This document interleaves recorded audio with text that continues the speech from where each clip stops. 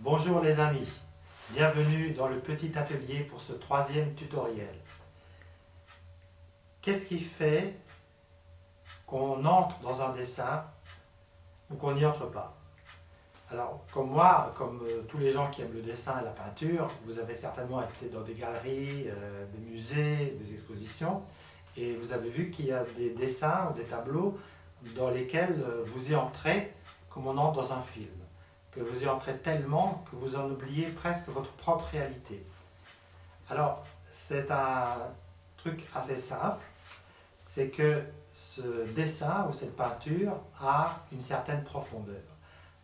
La profondeur, c'est ce qui se permet d'entrer quelque part, comme dans une forêt, dans une maison, dans une grotte, dans un univers où tout à coup, tout le reste n'existe plus. Pour qu'une forêt soit intéressante, il faut qu'elle soit profonde, il faut qu'elle ait des ombres, il faut qu'elle vous attire parce qu'il y a de caché derrière les arbres, dans les buissons.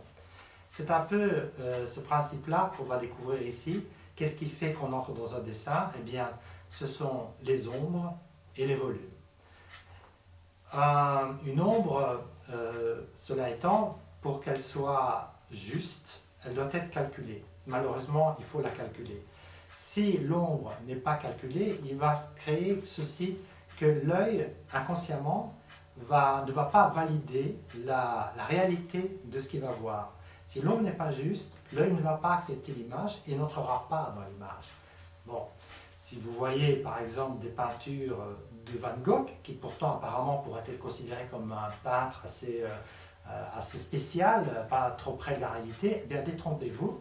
Si vous prenez la chambre de Van Gogh, la célèbre chambre jaune qu'il a dessinée à Arles, cette chambre, au niveau des proportions et des ombres, est absolument parfaite. On peut même la calculer avec des algorithmes d'ordinateur, pour vous dire. Et on retrouve la chambre telle qu'elle était.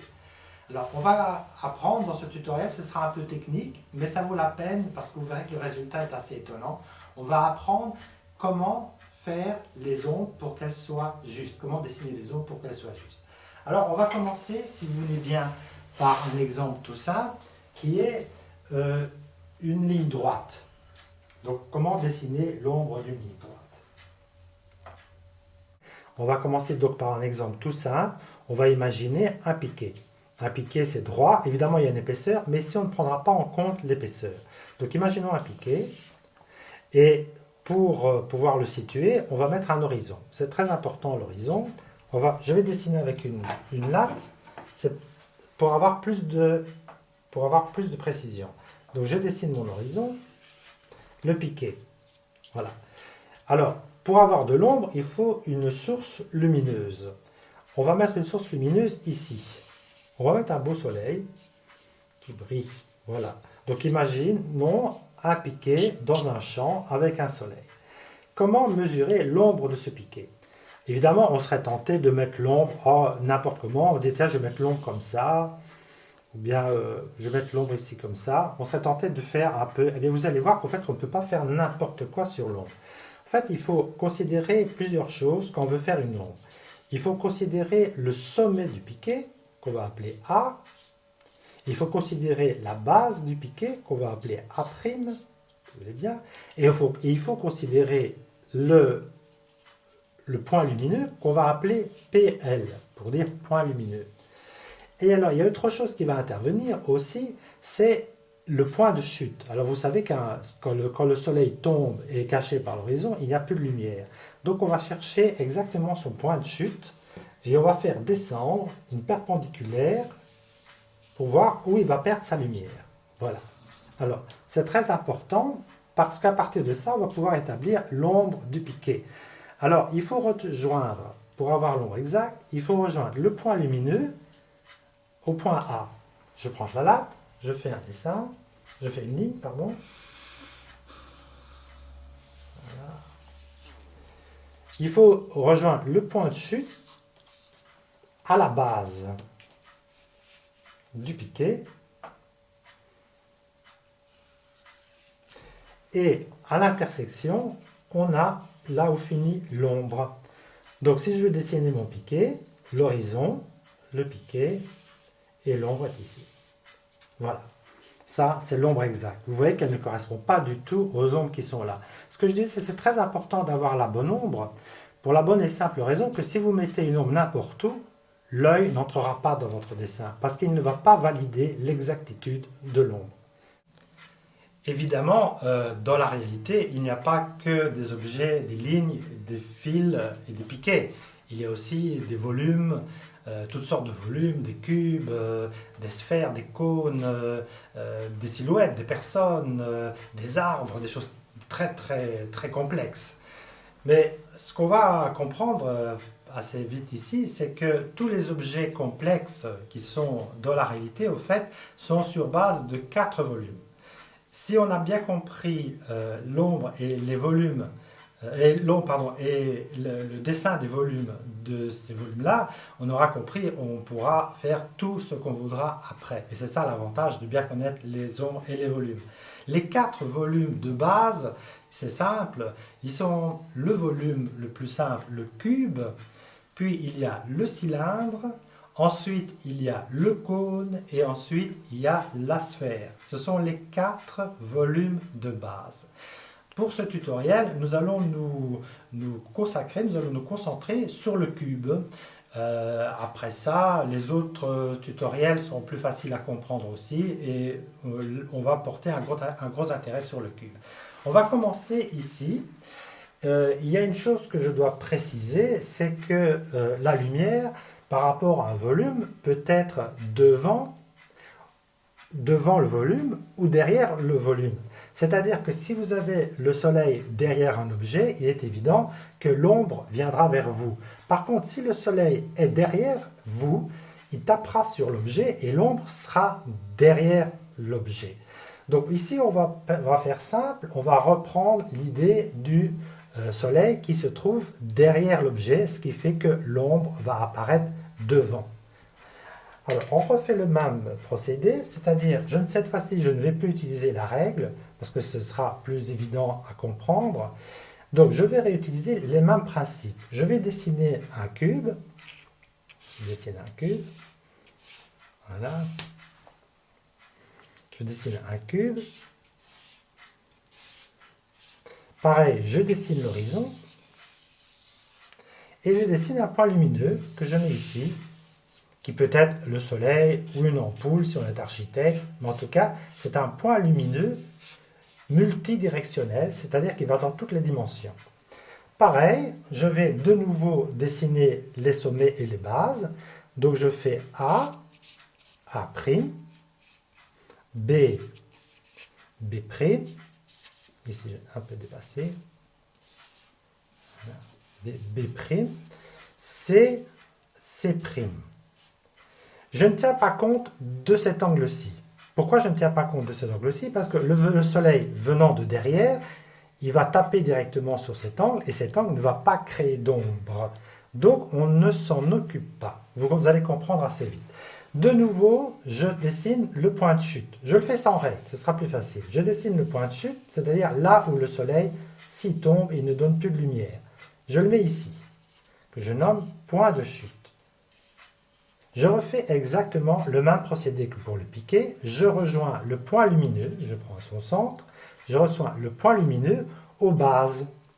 Et donc je vais avoir ceci, voilà, je vais avoir plus ou moins ceci. Je rejoins à la base B, ou non, plutôt je vais faire ça. Je vais rejoindre d'abord les éléments, je rejoins A' au point de chute. Le point de chute est là. Je fais pareil pour le B, donc je viens ici, je fais pareil pour le point de chute, et je fais pareil pour le C, donc le C ici, et le C au C'. Alors voilà ce qu'on a.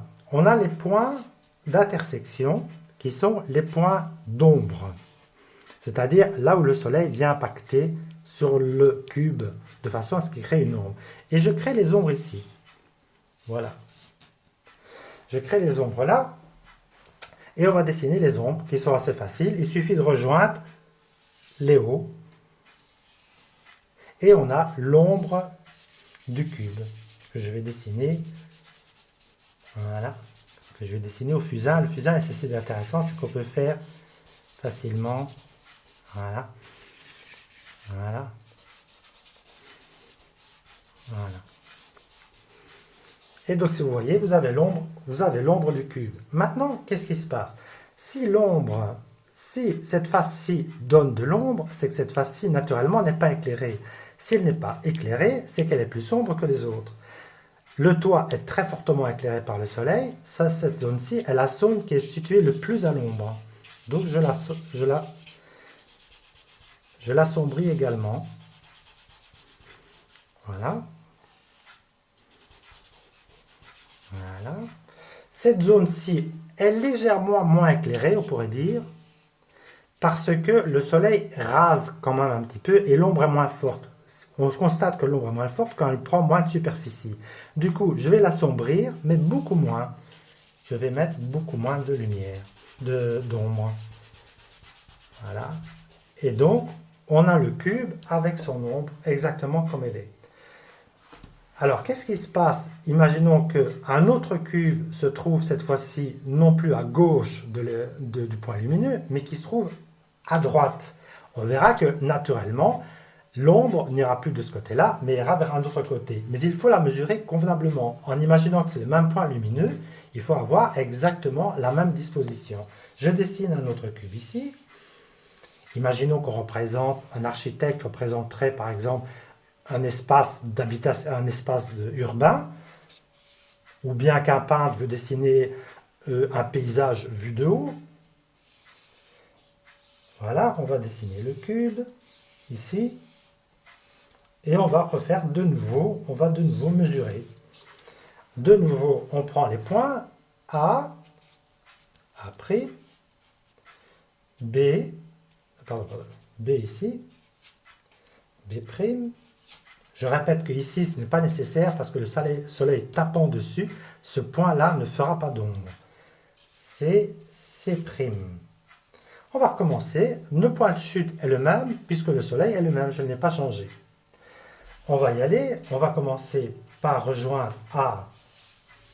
Je vais essayer de faire le plus comme il faut. On va rejoindre A, le point de chute A. Vous voyez que comme l'immeuble est plus haut, l'ombre naturellement sera plus longue. On va rejoindre le point lumineux au B. On va rejoindre le point de chute au B aussi. Donc on aura de nouveau l'impact de l'ombre ici. Et on va rejoindre le point lumineux au C. Et on va rejoindre le point AC', le point de chute AC'. Voilà. Qu'est-ce qu'on a ici? On a les points d'ombre à l'intersection. On va nommer O. O. Voilà. L'ombre, elle commence ici. Elle vient ici. Ici. Et là. Voilà. Alors, ce qui est intéressant, c'est de constater que alors qu'il y a une arête ici, elle est presque droite là. Ce qui est naturel aussi. Hein. Si vous voyez, si l'angle du soleil a fait que l'angle de l'immeuble est presque à 180 degrés, l'ombre sera à 180 degrés. Et je dessine ici mon ombre.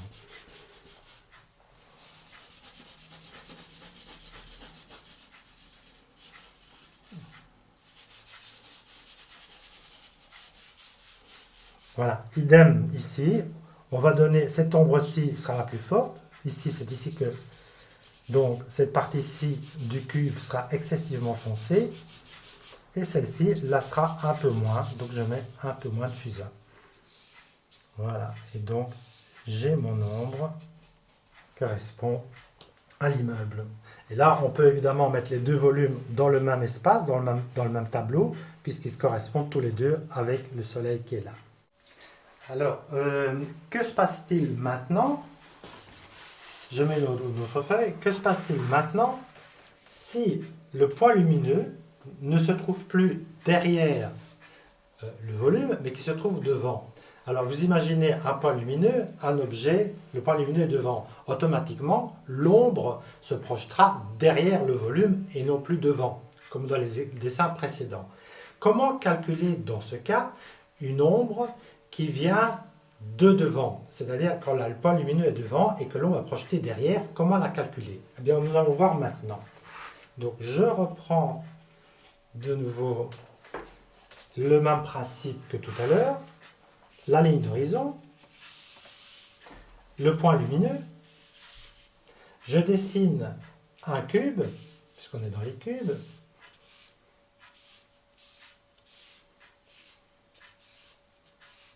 voilà, le point lumineux étant ici,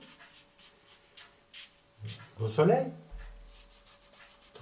l'horizon, nous allons de nouveau tracer les segments par rapport au point d'arête, pour voir l'impact des ombres. Cette fois-ci, on va mettre le point de chute non plus sur la ligne d'horizon, puisque le soleil est derrière, il faut imaginer que l'horizon est derrière. S'il est derrière le volume, c'est qu'il est plus bas que la base. Donc on va mettre un point de chute plus bas que la base. On pourrait imaginer que l'horizon est ici. Donc on met le point de chute beaucoup plus bas que la base. À partir du moment où le point de chute est plus bas que la base, il est évident que la lumière viendra de front. On va de nouveau mettre les points d'impact. Donc on a le A', on a le B. Cette fois-ci, je ne prends plus cet angle-ci, puisque le soleil venant de face, cet angle-ci ne donnera aucune ombre. Donc on prend celui-ci. B, C, C'. Je n'ai pas qu'à montrer le B', parce que le B', il faut comprendre où il se trouve. On a vu que le A' se trouve à la base de l'arête de l'angle, du cube. De même, le C' se trouve à la base de l'arête du cube. Pour comprendre, pour savoir où se trouve la base de l'arête du B, il faut imaginer l'arête du B. Pour cela, on va imaginer que notre cube est transparent. Si le cube est transparent, on verra évidemment tout ce qui est derrière. Je le dessine en pointillé, c'est plus facile. On verra évidemment que la base se trouve ici. Voilà. Là, je peux mettre B'. Donc, point de chute, point lumineux, A, A', B, B', C, C'. On va rejoindre, comme tout à l'heure, on va rejoindre les segments. Alors, je commence par A, point lumineux sur le A. Voilà. Point lumineux sur le A, point de chute sur le A'. Point de chute sur le A'. Voilà. Et donc, on a l'ombre de A ici. Je vais dessiner ombre de A, ici. Ensuite, point lumineux sur B.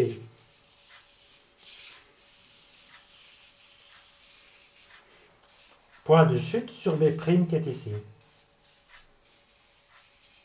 Voilà, ici. L'ombre de B est ici.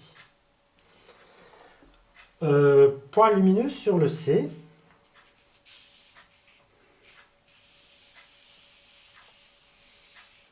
Point de chute sur le C' qui est ici.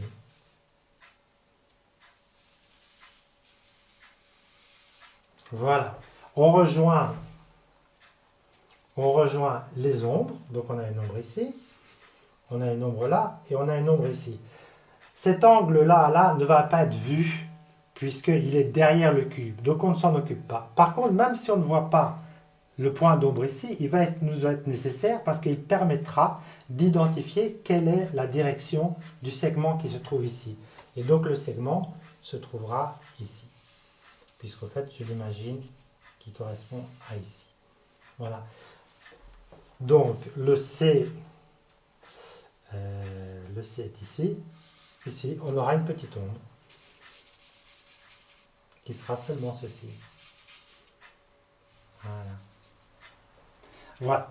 Donc l'ombre ici est nettement plus petite. Si le cube avait été transparent, on verrait une ombre plus profonde. On verrait l'ombre qui se dessinerait ici sur les points ici. Mais comme elle n'est pas transparente, on ne la voit pas. Donc je vais supprimer tous les points. Voilà. Pour avoir l'idée de mon cube. Voilà, il n'y a pas, le cube étant éclairé, il est assez éclairé, je ne vais pas mettre d'ombre. Peut-être qu'il y a un peu plus d'ombre ici, parce que la lumière est rasante. Donc je pourrais mettre à la limite un peu plus d'ombre ici. Bon, et voilà. Pas beaucoup, parce qu'il est quand même éclairé. La grande ombre étant celle qui est derrière. Et voilà pour l'ombre de face. Une application. Parce que dans la réalité, les choses ne sont pas faites que de cubes, encore qu'il y ait dans la nature des cubes, notamment les maisons contemporaines, ou certains monuments sont des cubes. Mais dans la nature, ce serait plutôt des églises, des maisons, avec des toits, des tourelles. Alors nous allons mettre en application quelque chose qui est courant dans la nature, qui est une maison, et nous allons voir comment va se dessiner l'ombre de la maison.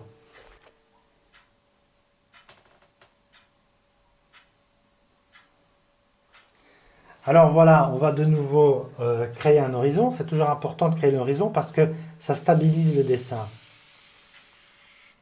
Je vais faire cette fois-ci un point lumineux qui se trouve derrière la maison parce que ce sera plus intéressant artistiquement de voir le découpage de la maison que quand il est devant, on voit moins l'ombre, ce qui est évident. On va quand même créer un soleil, on va le mettre assez bas pour donner une idée de journée qui est en train de terminer. On va imaginer une maison ici. Voilà, une maison. Voilà, simple maison. Le soleil est ici. Le point de chute, comme le soleil est derrière, on va le mettre sur l'horizon. Point de chute. Point lumineux. Arrête. On a donc au sommet le A, le B, le A', pardon, le B, le B', le C, le C'. Mais voilà qu'il y a encore un élément nouveau qui est la pointe du toit. La pointe du toit, on va lui donner une nouvelle lettre qui sera le D. La base du D, il faut la dessiner, on va venir jusqu'ici. Le D', est ici.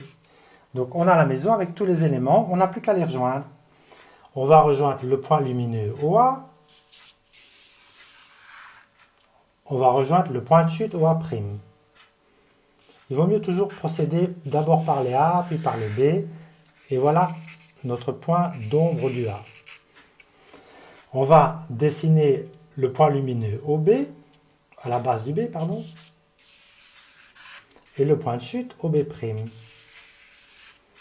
On va le point lumineux au C, et le point de chute au C'. Et voilà les ombres du C et les ombres du B. Et vous allez voir ici, ce qui est intéressant, c'est que le toit, on va le voir dans l'ombre. On va dessiner le point lumineux au D et le point de chute à la base du D. Ici. On va rejoindre les hauts. Il y en a 4, pardon. 1, 2, 3, 4. 1, 2, 3, 4. On va les dessiner. On va les rejoindre.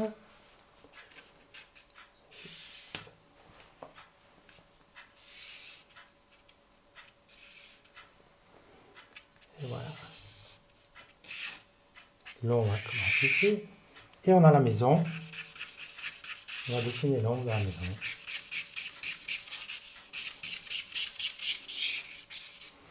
Je vais avec mon doigt.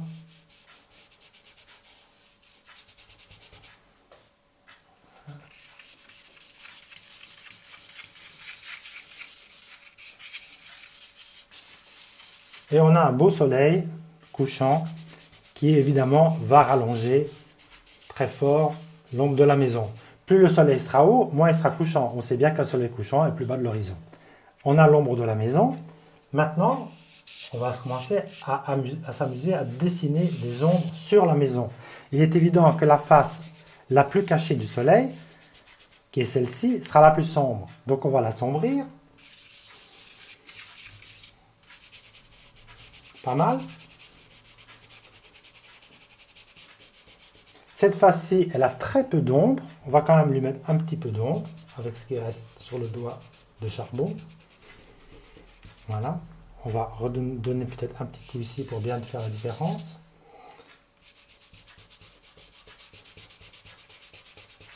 Le toit reçoit un peu d'ombre aussi. Et on a la maison.